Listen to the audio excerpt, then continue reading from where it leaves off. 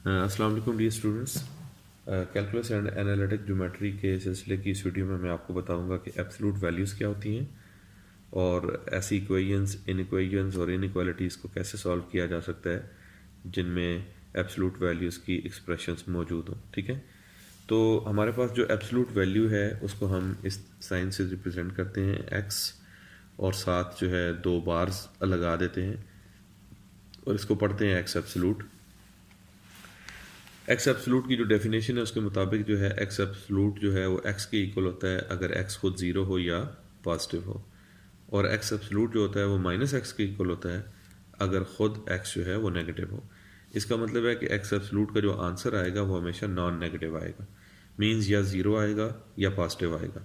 उसकी वजह यह है कि अगर वो ज़ीरो और पॉजिटिव हो तो उसको वो रिटेन करता है, इसका मतलब है कि ये आंसर तो आएगा ही नॉन नेगेटिव। और अगर खुद एक्स नेगेटिव हुआ भी तो जब माइनस से उसको मल्टीप्लाई करेंगे तो वो फिर क्या बन जाएगा, वो हमारे पास पॉजिटिव बन जाएगा। तो इसका मतलब है कि एक्स एब्सोल्यूट का आंसर हमेशा ज़ीरो या पॉजिटिव आएगा, नेगेटिव कभी नहीं आ सकता। फॉर एग्जांपल हमारे पास 3 एब्सोल्यूट है, तो 3 एब्सोल्यूट के अंदर जो नंबर है वो पॉजिटिव है तो उसका एब्सोल्यूट खुद जो है वो 3 ही आ जाएगा, ज़ीरो का एब्सोल्यूट ज़ीरो ही आ जाएगा। लेकिन जब हम -5 का एब्सोल्यूट लेंगे तो -5 खुद नेगेटिव है तो उसको ये माइनस से मल्टीप्लाई करके हम किस में चेंज कर देंगे, पॉजिटिव में चेंज कर देंगे।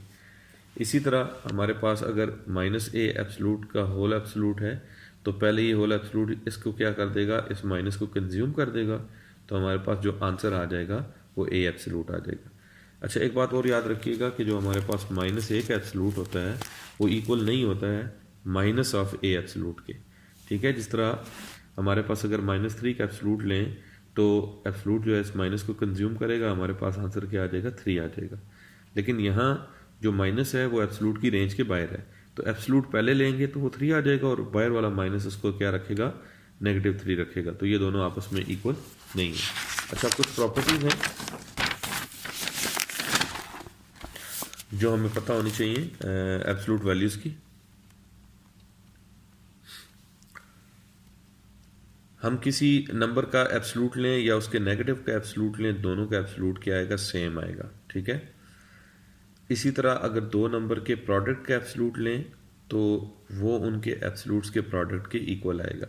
इसका मतलब है कि अगर दो नंबर मल्टीप्लाई हों तो हम एब्सोल्यूट अलग अलग भी दोनों पर ले सकते हैं। इसी तरह डिवाइड के लिए भी अगर दो नंबर डिवाइड हो रहे हों तो हम उनका अलग अलग एब्सोल्यूट ले सकते हैं, लेकिन प्लस या माइनस में हम इस तरह से अलग अलग एब्सोल्यूट नहीं ले सकते। प्लस के लिए हमारे पास रूल मौजूद है कि अगर दो नंबर प्लस हो रहे हों उनका एब्सोल्यूट अगर हम अलग अलग करें तो वो जो अलग वाला एब्सोल्यूट का सम होगा वो इससे या बड़ा होगा या इसके बराबर होगा, एग्जैक्टली इसके बराबर नहीं होगा। अच्छा, उसके बाद हमने ये चीज़ समझनी है कि इसका क्या मतलब है कि x absolute is less than a। इसका मतलब ये है कि 0 से x का जो डिस्टेंस है वो क्या है, a से कम है। अब ये जो a है ये एब्सोल्यूट वैल्यू है तो ये पॉजिटिव ही रहेगी, लेकिन जो 0 से हमारे पास दो डायरेक्शन हैं, एक राइट साइड पे और एक लेफ्ट साइड पे। तो राइट साइड पे हम कहते हैं कि जी हमने जो डिस्टेंस कवर करके हम चले गए लोकेशन +a पर, और लेफ्ट साइड पे जो लोकेशन थी वो थी -a पर। लेकिन दोनों केसेस में हमारे पास जो डिस्टेंस आएगा वो पॉजिटिव a ही आएगा। उसकी वजह ये है कि अगर हम 2 कदम लेफ्ट पे चलें या 2 कदम राइट पे चलें, अगर हमसे ये पूछा जाए आपने कदम कितने चले हैं तो हम यही कहेंगे कि जी हम 2 कदम चले हैं। तो यही चीज़ है कि यहाँ पे जो x की वैल्यू होगी वो क्या होगी, -a और a के दरमियान होगी। ठीक है, यानी -a से लेकर a तक जो वैल्यूज़ होंगी वो हमारे पास इस इनइक्वालिटी को सेटिस्फाई करेंगी। तो जब भी इस तरह की इनइक्वालिटी होगी आप उसको तोड़ के किस तरह से लिख देंगे, इस तरीके से लिख देंगे। इसी तरह की कुछ और प्रॉपर्टीज़ हैं जो यहाँ मैं एक्सप्लेन करता हूँ। पहले मैं इसको एक्सप्लेन कर दूँ कि ये असल में हमारे पास आती कैसे है। हमारे पास अगर यूँ है ना, x absolute is less then a, तो अब बास टीचर ये होते हैं कि जब वो x एब्सोल्यूट का साइन हटाते हैं तो वो इक्वल या इनइक्वालिटी की दूसरी तरफ प्लस माइनस लगाते हैं। ठीक है, आप बेहतर ये है कि आप जहाँ एब्सोल्यूट हटाएं उधर ही प्लस माइनस लिखते हैं, इससे आसानी होती है। अगर आप इधर ही प्लस माइनस लिखेंगे तो इसका मतलब है प्लस माइनस एक्स जो है वो लेस देन a है, तो या प्लस एक्स जो है वो लेस देन a होगा या माइनस एक्स जो है वो लेस देन a होगा। तो यहाँ से हम देख सकते हैं कि हमारे पास x लेस देन a ही रहता है, लेकिन यहाँ पे क्या है कि ये माइनस एक्स है, यहाँ से जब एक्स की वैल्यू निकालेंगे तो -1 से डिवाइड करेंगे। जब नेगेटिव नंबर से डिवाइड करते हैं ये इनइक्वालिटी क्या हो जाती है, चेंज हो जाती है। तो इसका मतलब है एक्स माइनस ए से बड़ा है और एक्स ए से छोटा है, और यही चीज़ हम कंबाइन करके लिख सकते हैं कि एक्स माइनस ए से बड़ा है और एक्स ए से छोटा है। तो इसी तरह की और प्रॉपर्टीज़ हैं जो मैं यहाँ पे आपको शेयर कर देता हूँ, और इनको फिर जब हम इनइक्वालिटीज़ को या इनइक्वेशंस को सॉल्व कर रहे होंगे वहाँ ये यूज़ होती है। X absolute is equal to a का मतलब ये है कि plus minus x equal to a है, या x is equal to plus minus a है। ये मैं आपको बता चुका हूँ कि different teachers different notation use करते हैं कि कुछ राइट साइड पे प्लस माइनस लिख लेते हैं और कुछ लेफ्ट साइड पे लिखते हैं।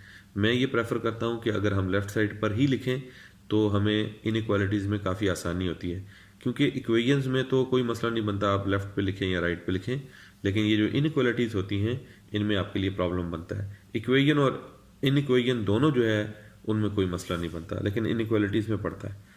अच्छा, अब यहाँ पे सपोज हमारे पास क्या है कि x absolute is less than a, ठीक है। अब इससे ये कैसे आया है ये मैं ऑलरेडी आपको एक्सप्लेन कर चुका हूँ कि हमारे पास क्या आता है, x is greater than minus a आता है और लेस देन ए आता है।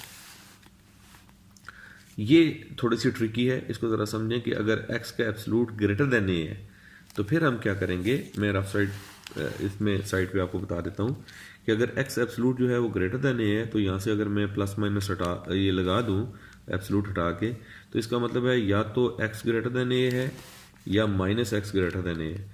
तो यहाँ से मुझे पता चलता है कि एक्स ग्रेटर देन ए है और एक्स जो है वो लेस देन माइनस ए है।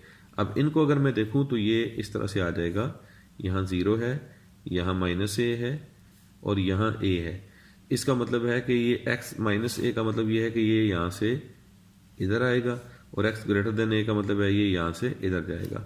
तो इन दोनों को मैं कंबाइन करके सिंगल इनइक्वालिटी की फॉर्म में नहीं लिख सकता, ये हमेशा अलग अलग ही आएंगी, और यही चीज़ यहाँ पे मेंशन्ड है।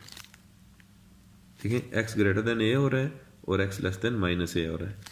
इसी तरह ये जो इनइक्वालिटीज़ हमने की हैं 6 और 7, अगर इनके नीचे जो है इक्वल का साइन भी हो, यानी ये लेस देन इक्वल हो, तो सिंपल यहाँ पे क्या हो जाएगा, इक्वल का साइन आ जाएगा और बाकी वही रहेगी जो प्रॉपर्टी 6 थी। और इसी तरह से अगर हम 7 को देखें तो 7 और 9 सेम है, सिर्फ यहाँ पे क्या था, ग्रेटर देन था, यहाँ पे क्या है, ग्रेटर देन और इक्वल टू भी है। तो अगर इधर ग्रेटर देन इक्वल टू हो तो यहाँ पे क्या होगा, एक्स इज ग्रेटर देन और इक्वल्स टू ए हो जाएगा, और एक्स इज लेस देन और इक्वल्स टू माइनस ए हो जाएगा। तो इसलिए अब हम इसके लिए कुछ एग्जांपल्स करते हैं ताकि हमें ये चीज़ें क्लियर हो। सबसे पहले हम एक सॉल्व करते हैं एक इक्वेशन जिसमें जो है एब्सलूट वैल्यूज जो है वो शामिल है। x minus 3 absolute is equal to 7। तो अब अमूमन टीचर क्या करते हैं, वो एब्सलूट साइन हटा के इधर लिखते हैं प्लस माइनस, तो मैं उसके थोड़ा सा हट के चलूँगा।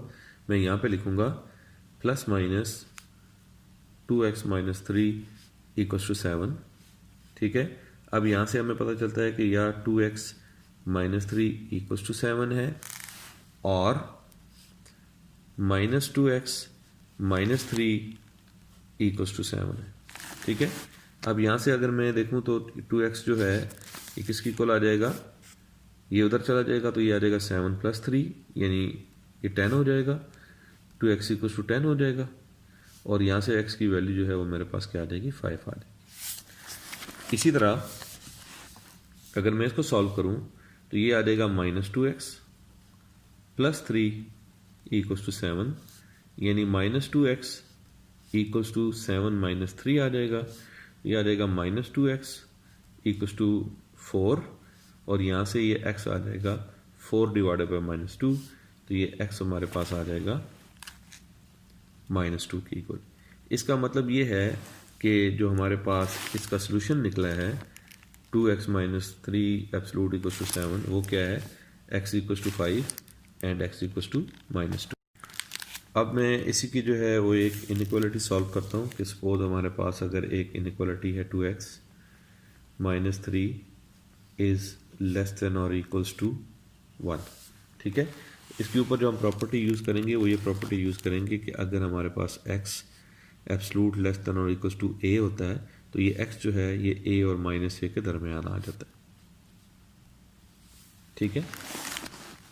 तो यहाँ पर हम क्या करेंगे, ये हमारे पास आ जाएगा 2x minus 3 is between 1 and -1। अब यहाँ से x की वैल्यू निकालनी है, तो ये -3 फालतू है, इसको उधर ले जाएंगे और इधर भी ले आएंगे, तो ये -1 + 3 आ जाएगा, ये 2x रह जाएगा और इधर क्या आएगा 1 + 3 आ जाएगा। तो इसका मतलब है कि हमारे पास ये आ जाएगा 2x और यहाँ पे 4 आ जाएगा। तो अब ये 2 इसके साथ फालतू है, मल्टीप्लाई हो रहा है, दोनों तरफ जाकर डिवाइड हो जाएगा, तो ये 2/2 x 4/2 आ जाएगा। तो इसका मतलब है कि x का जो आंसर है वो क्या है, 2 और 1 के दरमियान है। यानी अगर रियल लाइन पर यहाँ कहीं 1 है, यहाँ कहीं 2 है, तो ये जो आंसर आएगा ये 1 और 2 को इनके दरमियान है। और इसको अगर इंटरवल की फॉर्म में लिखना चाहें तो हम इसको लिख सकते हैं 1 to 2।